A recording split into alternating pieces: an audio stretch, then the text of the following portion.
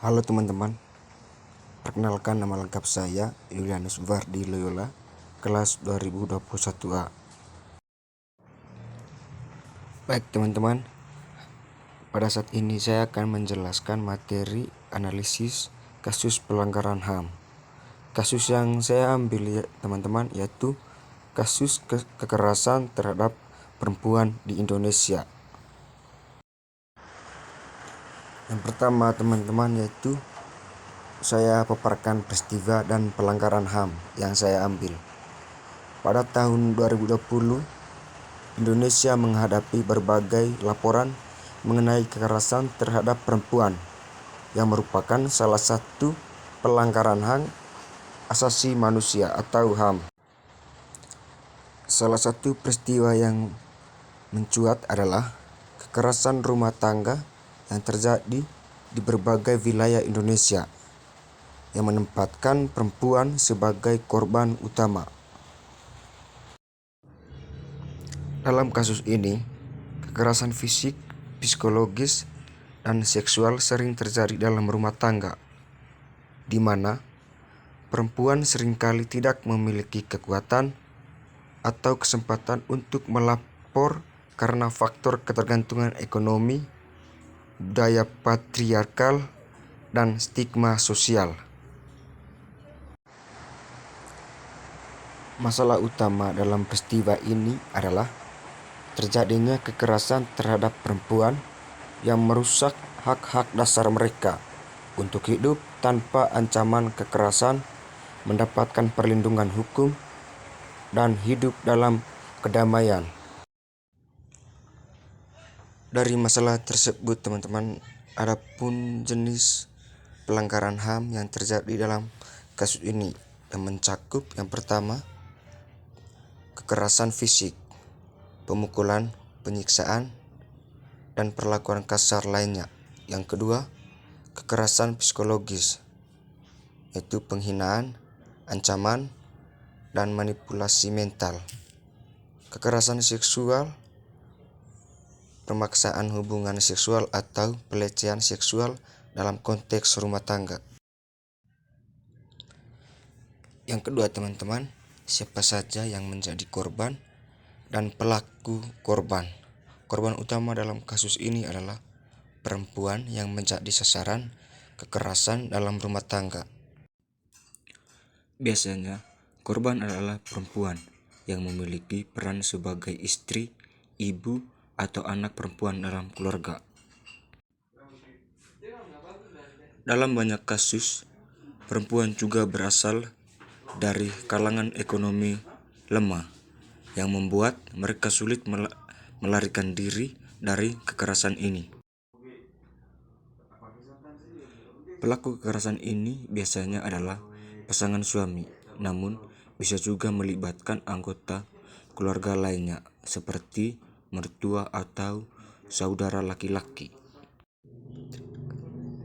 Terkadang pelaku juga merupakan individu yang memiliki otoritas dalam keluarga dan masyarakat, seperti kepala keluarga yang mempertahankan kekuasaan patriarkal. Yang ketiga yaitu analisis penyebab dan akar masalah. Penyebab utama dari kasus kekerasan terhadap perempuan dapat dibagi menjadi beberapa faktor, yaitu yang pertama, ketidaksetaraan gender. Masih ada pandangan masyarakat yang menganggap perempuan sebagai pihak yang lebih rendah dan harus tunduk kepada laki-laki, terutama dalam konteks keluarga. Yang kedua yaitu faktor sosial dan ekonomi. Ketergantungan ekonomi pada suami atau keluarga seringkali membuat perempuan sulit melarikan diri dari situasi kekerasan. Keterbatasan akses terhadap sumber daya dan kesempatan kerja sering membatasi pilihan mereka. Yang berikut, kurangnya pendidikan dan kesadaran hukum. Banyak perempuan yang tidak mengetahui hak-hak mereka atau tidak tahu bagaimana cara mengakses perlindungan hukum. Yang berikut teman-teman yaitu sistem hukum yang lemah. Terkadang sistem peradilan tidak memberikan perlindungan yang efektif terhadap korban kekerasan. Bahkan ada budaya malu untuk melapor yang membuat banyak kasus tidak terungkap. Yang keempat teman-teman yaitu dampak masalah. Dampak jangka pendek. Korban mengalami cedera fisik, terutama psikologis, dan rasa takut yang berkepanjangan. Korban akan hilang rasa aman dan kepercayaan diri yang mengarah pada gangguan mental seperti depresi dan kecemasan. Adanya potensi untuk menurunnya kualitas hidup dan kesehatan mental korban. Yang berikut teman-teman yaitu dampak jangka panjang. Kerusakan psikologis jangka panjang.